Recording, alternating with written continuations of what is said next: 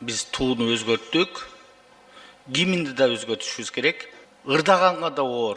Gimindi özgörtöbüz. Gimindi özgörtöbüz. Мындан 100 жыл мурун Кара-Кыргыз автономиялык облусун түзгөн биздин ата-бабаларыбыз башында турган Иманалы Айдарбеков баштаган биздин аксакалдарыбыз азаттыктын канчалык баалуулугун, канчалык оордугун, кайгылуулугун биздин жогорку тасмада көрдүк. Мен айткым келет, биз бүгүнкү күндө биз тууну өзгөрттүк, гимнди да өзгөртүшүбүз керек.